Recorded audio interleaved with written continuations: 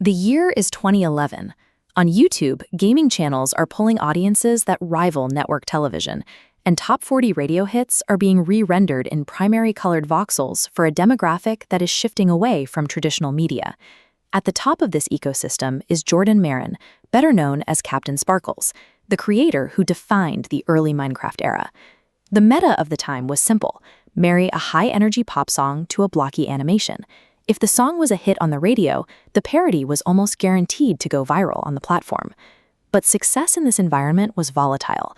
For creators at the top, the primary concern was how long they could stay relevant before the audience moved on to the next trend. In 2012, CaptainSparklez released Fallen Kingdom, a Minecraft version of Coldplay's Viva La Vida. While it looked like a standard parody, Marin later admitted he wrote it as a premonition. He was looking at his own career and anticipating the moment he would no longer be on top. When he sang, "I used to rule the world," he was speaking directly to his fear of the changing YouTube landscape. The lyrics weren't about the game, they were about the inevitable end of his own influence. He intended the video to be a catchy way to acknowledge his peak, essentially writing his own professional eulogy before the algorithm could do it for him. Instead of fading away, the collaboration with animator Bootstrap Buckaroo and vocalist Tryhard Ninja resulted in hundreds of millions of views. This tetralogy creep forced a one-off video into a decade-spanning pentalogy. The story's scope expanded with every release, evolving from a fallen king's simple struggle into a cinematic universe involving the Wither, the Nether, and taming ender dragons. The 3-minute music video had been replaced by a serialized narrative. By the time the story concluded in 2022, the original parody had become a decade-long digital epic. The fanbase didn't treat the series as a collection of jokes. They engaged with the story as if it were a high fantasy novel, analyzing every frame for hidden meaning. One of the longest-running debates focused on the prince's survival. Fans spent years arguing over the exact physics of his fall from a bridge and the biological possibility of his recovery. They conducted forensic-style breakdowns of the Nether Star nuke, theorizing about its blast radius and the specific way its energy deactivated zombified pigmen. This scrutiny categorized the series using academic tropes.